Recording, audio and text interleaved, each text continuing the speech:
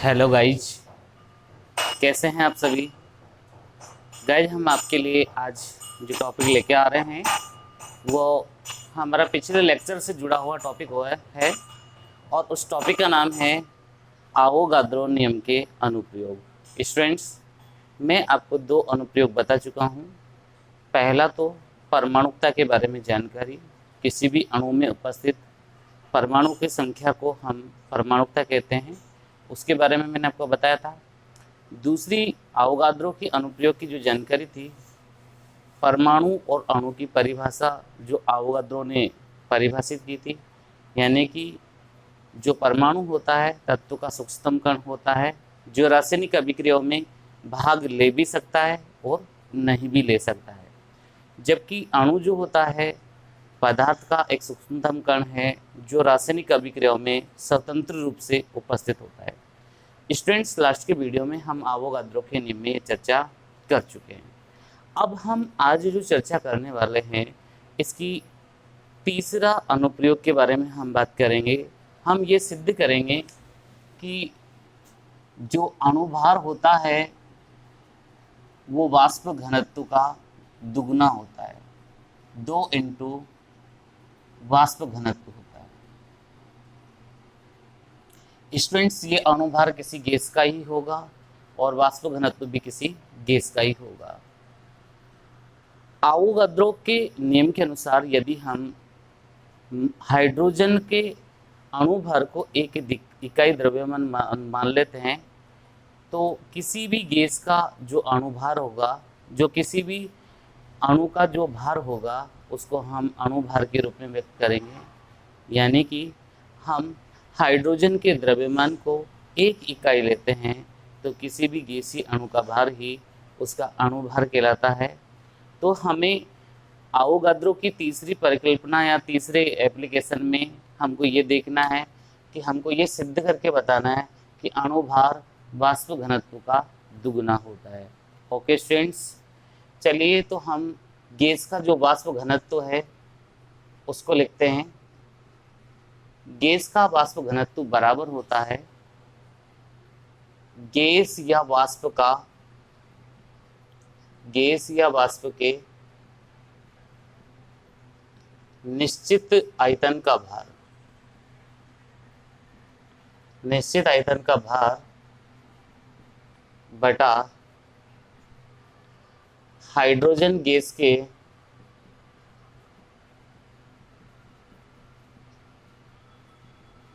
निश्चित आयतन का भार। ये वाष्प घनत्व को ज्ञात करने का सूत्र होता है स्टूडेंट्स। तो अगर बच्चों इस निश्चित आयतन का भार n आयतन हो, यदि गैस व हाइड्रोजन के निश्चित आयतन स्मॉल n हो तो वाष्प घनत्व बराबर क्या हो जाएगा बच्चों? वाष्प घनत्व बराबर हो जाएगा गैस या वाष्प के n आयतन का भार, n आयतन का भार बटा हाइड्रोजन गैस के n आयतन का भार। यदि स्टूडेंट्स इन n आयतन में n अणु उपस्थित हो तो ये फॉर्मूला बन जाएगा गैस या वाष्प के n अणुओं का भार, n अणुओं का भार बटा हाइड्रोजन गैस के n अणुओं का भार। ओके स्टूडेंट्स, तो गाइज अगर n अणुओं का भार n बराबर एक अणु हो तो n बराबर एक अणु हो तो वाष्प घनत्व बराबर क्या हो जाएगा बच्चों? वाष्प घनत्व बराबर देखिए गैस या वाष्प के एक अणु का भार बटा हाइड्रोजन गैस के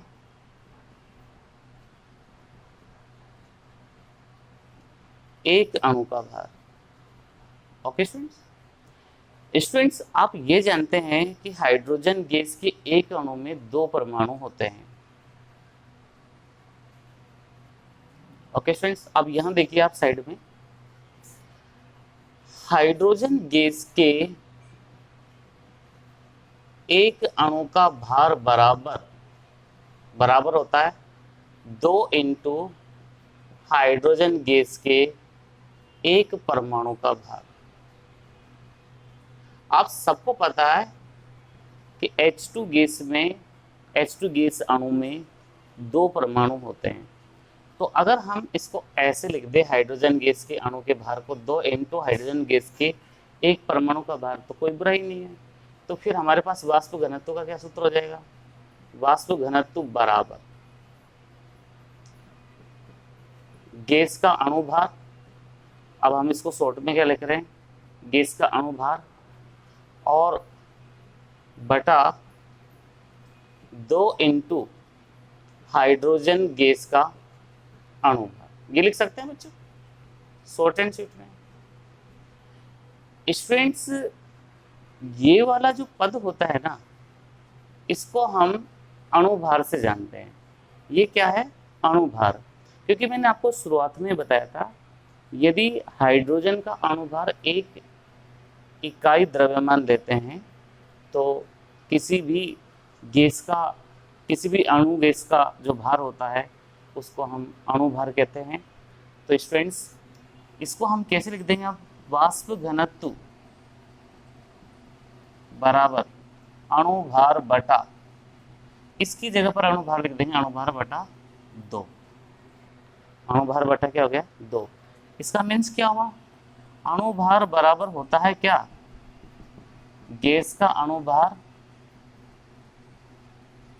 बटा हाइड्रोजन गैस का अणुभार, ये होता है। तो स्टूडेंट्स, हमको जो सिद्ध करना था वो यहां से मिल गया। अणुभार बराबर 2 इंटू वाष्प घनत्व।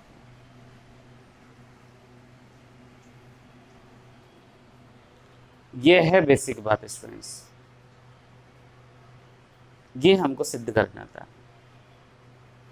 ओके स्टूडेंट्स, तो बच्चों सबसे पहले टॉपिक डालिए आवोगाद्रो के नियम के अनुप्रयोग, और उसमें ये थर्ड नियम लिखना है, थर्ड अनुप्रयोग लिखना है, और उसकी एक लैंग्वेज लिखे।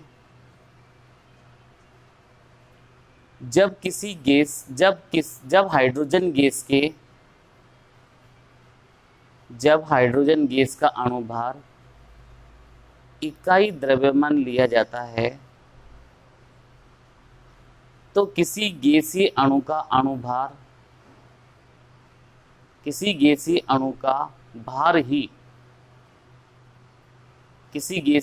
भार ही अणुभार कहलाता है।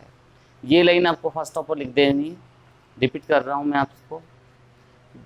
जब हाइड्रोजन गैस का भार 1 इकाई होता है तो किसी गैस का अणुभार ही अणुभार की जगह बोले किसी गैस का भार ही अणुभार कहलाता है। ओके स्टूडेंट्स, किसी गैस का भार ही अणुभार कहलाता है। इसके बाद में लिखना है नेक्स्ट लाइन से, इस परिकल्पना के अनुसार अणुभार बराबर 2 इंटू वाष्प घनत्व होता है। इस परिकल्पना के अनुसार अणुभार बराबर 2 इंटू वाष्प घनत्व होता है। इसे सिद्ध करने के लिए हम वाष्प घनत्व का सूत्र प्रयुक्त करेंगे। तो स्टूडेंट्स आप लिख लीजिए सबसे पहले अणुभार बराबर 2 इंटू वाष्प घनत्व। इसके बाद में आप वाष्प घनत्व का फॉर्मूला लिखेंगे, गैस या वाष्प के निश्चित आयतन का भार बटा हाइड्रोजन गैस के निश्चित आयतन का भार। अब बच्चों इस निश्चित आयतन में कितने अणु, कितना आयतन मान रहे, एन आयतन मान रहे, तो हमने निश्चित की जगह पे एन एन लिख दिया। अब इस एन आयतन में अणु कितने हैं, तो आयतन की जगह पे अणुओं को लिख दिया। और एन अणुओं में एन बराबर एक अणु है तो एन की जगह पर एक अणु लिख दिया। और फिर हम जानते हैं कि हाइड्रोजन गैस का जो अणुभार होता है वो 2 इंटू हाइड्रोजन गैस के एक परमाणु का भार होता है, क्योंकि एक अणु में H2 गैस के एक अणु में 2 परमाणु हाइड्रोजन के होते हैं, तो 2 इंटू हाइड्रोजन गैस के एक परमाणु का भार लिख दिया। तो वाष्प घनत्व बराबर हमने गैस या वाष्प के एक अणु का भार की जगह पर डायरेक्ट क्या लिख दिया, गैस का अणु भार लिख दिया। और हाइड्रोजन गैस के एक अणु का भार की जगह पर हाइड्रोजन गैस का अणु भार लिख दिया। और इसको हम किस नाम से जानते हैं बच्चों, अणुभार के नाम से जानते हैं। तो वाष्प घनत्व बराबर क्या हो जाएगा, अणुभार बटा 2, और अणुभार बराबर क्या हो जाएगा, 2 इंटू वाष्प घनत्व। ओके गाइज, अब आप इसको सिस्टेमेटिक, जैसे मैंने एक बार और समझाया आपको, वैसे के वैसे आप नोट कर लीजिएगा। नोट करिए स्टूडेंट्स, फास्ट नोट करें।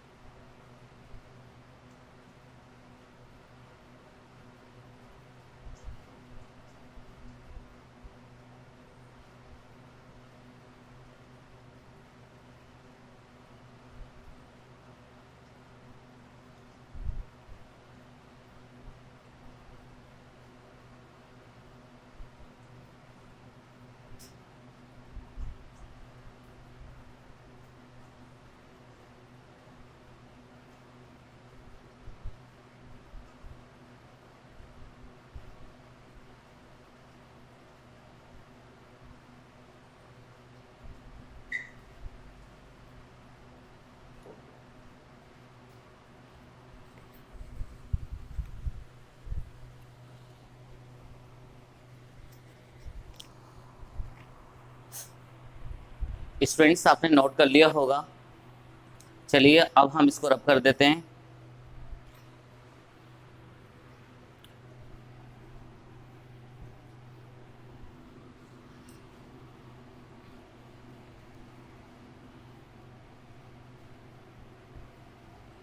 स्टूडेंट्स आवोगाद्रो नियम का एक और अनुप्रयोग है।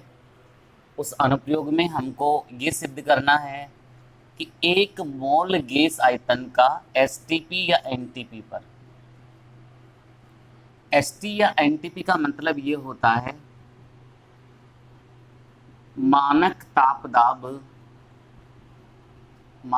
दाब एवं सामान्य ताप 273 डिग्री सेल्सियस या 273 केल्विन या 0 डिग्री सेल्सियस मानक सामान्य ताप व दाब। और दाब कितना लेना है, दाब लेना है 1 atm या 760 mmHg। तो स्टूडेंट्स हमको सिद्ध करना है एसटीपी या एनटीपी पर एक मोल गैस का आयतन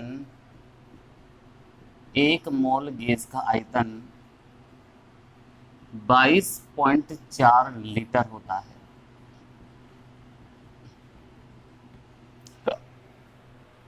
स्टूडेंट्स ये सिद्ध करके हमको बताना है। ये फोर्थ एप्लीकेशन ले रहे हैं हम आवोगाद्रो के नियम का। तो विद्यार्थियों इसमें जो गैस का वाष्प घनत्व है, यहाँ से हम स्टार्टिंग करेंगे। गैस का वाष्प घनत्व होता है मानक ताप दाब पर गैस या वाष्प के निश्चित आयतन का भार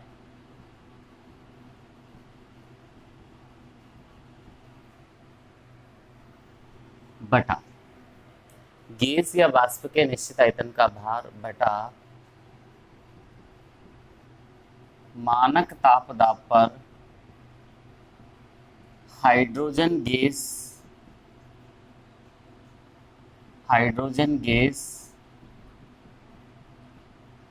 के निश्चित आयतन का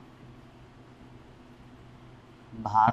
अब यह निश्चित आयतन चाहे तो आप 1 लीटर ले सकते हैं, 1 लीटर का भार। तो यहाँ भी हम 1 लीटर का भार ले लेंगे, 1 लीटर का भार, निश्चित आयतन 1 लीटर है। और हमने अभी थोड़ी देर पहले देखा वाष्प घनत्व बराबर गैस का अणुभार बटा हाइड्रोजन गैस का अणुभार। अणुभार की जगह पर हमने परमाणु भार लिया था, हाइड्रोजन गैस का परमाणु भार। ओके स्टूडेंट्स, अब हमको स्टूडेंट्स इसको इक्वेशन नंबर 1 दे देना है, इसको इक्वेशन नंबर 2 दे देना है। तो बच्चों मानक ताप दाब को बोलते हैं एनटीपी पर। क्या बोलते हैं? एनटीपी पर। गैस के 1 लीटर का भार बटा एनटीपी पर। अब ये जो स्टूडेंट्स एनटीपी पर हाइड्रोजन गैस के 1 लीटर का भार होता है वो निश्चित होता है 0.09। कितना होता है? 0.09 ग्राम। ये इतना भार होता है, 0.09 ग्राम लगाने की जरूरत नहीं है। और ये जो गैस का अणुभार होता है इसको हम किससे बताते हैं? कैपिटल M से बताते हैं। और हाइड्रोजन गैस का परमाणु भार, हाइड्रोजन गैस का परमाणु भार। ओके स्टूडेंट्स, तो हाइड्रोजन गैस का जो परमाणु भार लेंगे हम वो कितना लेते हैं? 2.016। इस परमाणु भार को हम अणु भार के रूप में व्यक्त करेंगे तो ठीक रहेगा। इस परमाणु भार को हम किस रूप में ले लेंगे? अणु भार के रूप में लेंगे यहाँ पर, तो बेस्ट रहेगा। क्योंकि यहाँ भी हमने 1 लीटर का भार ले रखा है तो वो अणु भार के रूप में यहाँ व्यक्त किया जाएगा स्टूडेंट्स। तो अब देखिए हाइड्रोजन गैस का अणु भार। अब स्टूडेंट्स एनटीपी पर एक गैस की 1 लीटर का भार और हाइड्रोजन गैस का भार, अगर मैं आपसे कहूँ कि एनटीपी पर गैस के 1 लीटर का भार लिखना चाहेंगे तो ये 0.09 यहाँ मल्टीप्लाई हो जाएगा 1 लीटर का भार। तो क्या गैस का अणुभार m है इंटू 0.09। और हाइड्रोजन गैस का अणुभार कितना होता है? हाइड्रोजन गैस का अणुभार होता है H का होता है 1.008। तो 2 H आती है, H2 गैस होती है। ये गैस कौन सी है? H2 गैस है। तो हाइड्रोजन गैस का अणुभार कितना होता है? 2.016। आप लोगों को ये याद रखना पड़ेगा। ये क्या है? H2 गैस का अणुभार। H2 गैस का अणुभार बराबर 2 इंटू 1.008 करेंगे तो ये आ जाएगा 2.016। ये इतना अणुभार होता है। तो एनटीपी पर गैस की 1 लीटर का भार कितना है? m into 0.09, 2 into 2.016। तो एनटीपी पर गैस के 1 लीटर का भार अपना इतना आ चुका है। तो एसटीपी पर एस या एनटीपी पर इतना, एनटीपी पर m बटा 2.016 इंटू 0.09, एनटीपी पर m इंटू 0.09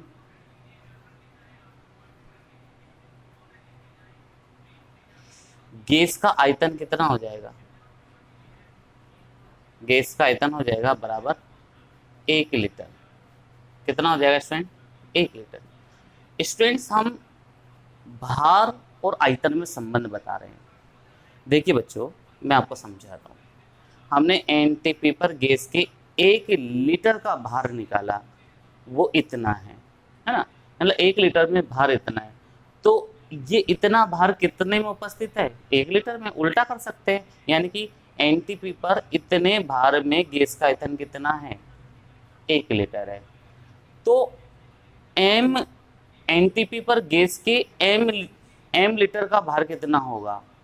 तो अब हम लिखते हैं एनटीपी पर 1 ग्राम गैस का आयतन, एनटीपी पर 1 ग्राम गैस का आयतन, क्योंकि हम आयतन निकालना चाह रहे हैं, 1 मोल का आयतन। एनटीपी पर 1 ग्राम गैस का आयतन, 1 ग्राम गैस की जगह पर एम ग्राम करेंगे तो बेस्ट रहेगा बच्चों। 1 ग्राम की जगह पर हम एम ग्राम ले लेते हैं, क्योंकि 1 लीटर का तो हमने यहाँ निकाल लिया। तो स्टूडेंट्स क्या होगा? देखिए, ये हो जाएगा आपके पास रिजल्ट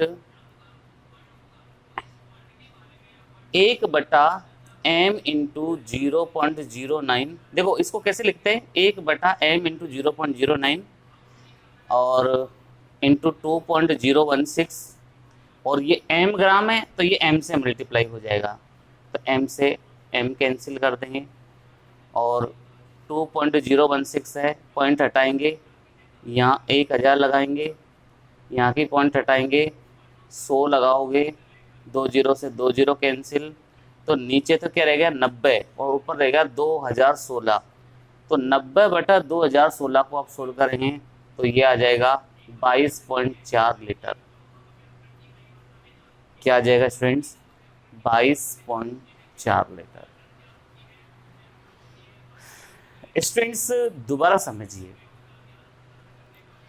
ये संबंध है किसी गैस के आयतन और भार के मध्य, एनटीपी और एसटीपी।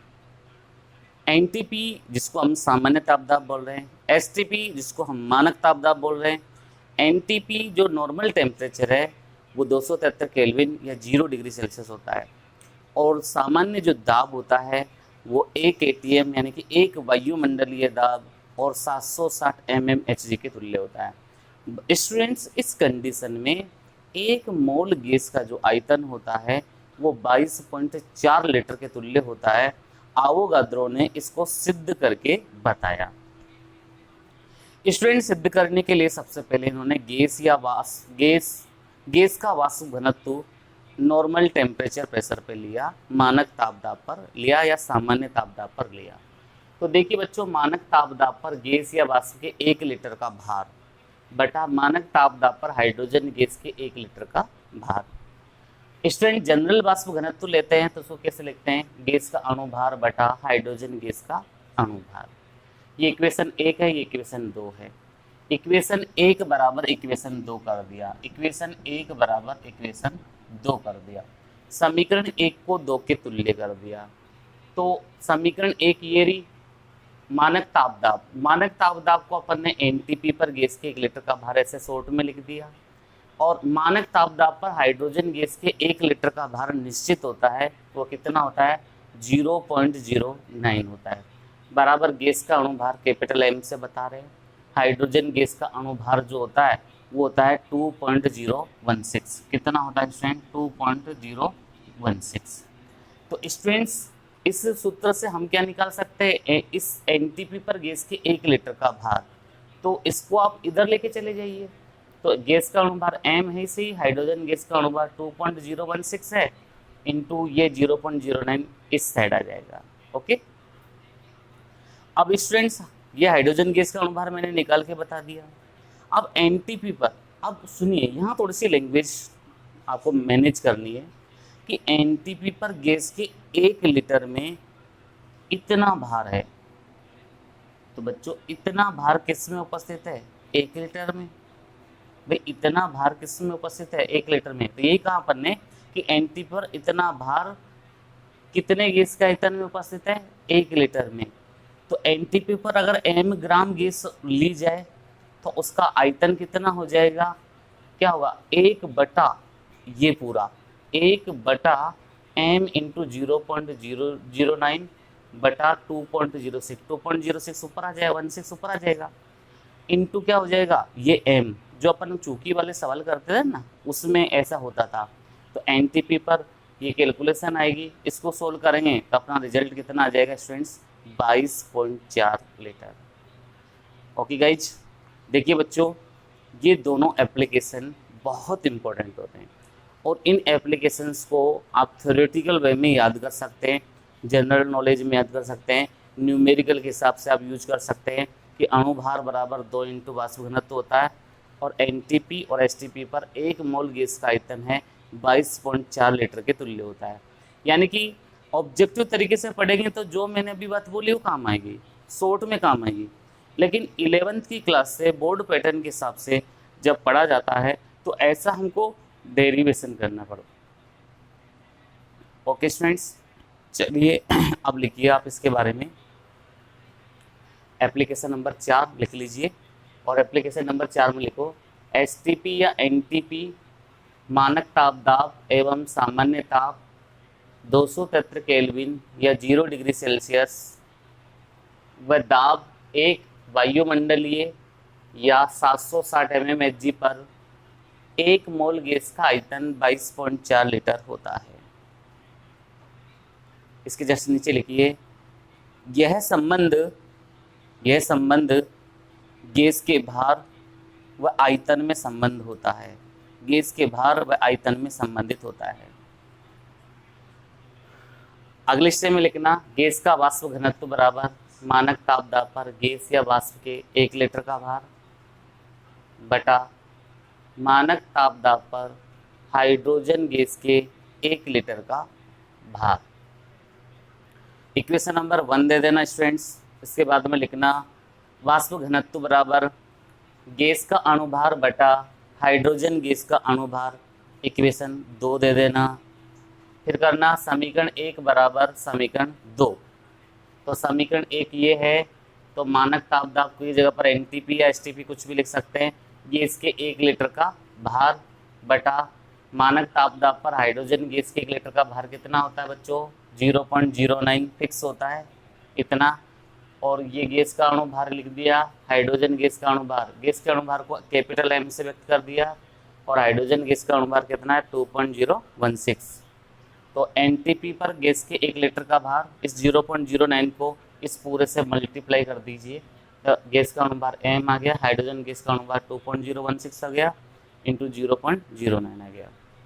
इसके बाद में आप चाहे तो इसको कोष्टक में लिख भी सकते हैं, नहीं भी लिखेंगे तब भी आपको मैंने यहाँ पर ऑलरेडी बता रखा है। तो अब ये एनटीपी पर गैस के 1 लीटर का भार इतना है, तो इतने भार में गैस का आयतन कितना है? 1 लीटर। तो एनटीपी पर इतने भार में गैस का आयतन बराबर 1 लीटर। तो इसी एनटीपी पर m ग्राम गैस का आयतन कितना हो जाएगा? 22.4 लीटर। ओके स्टूडेंट्स, तो स्टूडेंट्स नोट कर लीजिए आप इसको, ऐसे कैसे नोट कर लीजिएगा।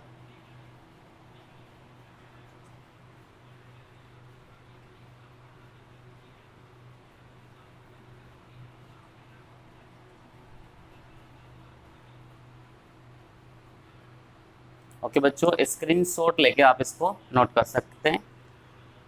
तो स्टूडेंट्स, आपके लिए हम हर टॉपिक के एक भी ऐसा टॉपिक नहीं छोड़ रहे जिससे रिलेटेड आपको कोई थ्योरी नहीं बता रहे, हम न्यूमेरिकल नहीं करवा रहे, कोई इंपॉर्टेंट टर्म्स होती है तो हम उसको भी समझाएंगे स्टूडेंट्स, क्योंकि ये लेसन सबसे डिफ़िकल्ट लेसन होता है, न्यूमेरिकल पर्पज का लेसन होता है, सब केमिस्ट्री की रोचक बातों को जानने वाला टॉपिक होता है। तो स्टूडेंट्स, आप सभी इस चीज़ का ध्यान रखिए कि छोटी छोटी चीज़ों को समझना बहुत आवश्यक है। ओके स्टूडेंट्स, और जो भी आपकी प्रॉब्लम होगी, जैसे ऑफलाइन क्लास लगेगी हम आपको ऑफलाइन क्लासेज में भी इसको एक्सप्लेन कर देंगे। Okay students, thanks. ओके बच्चों।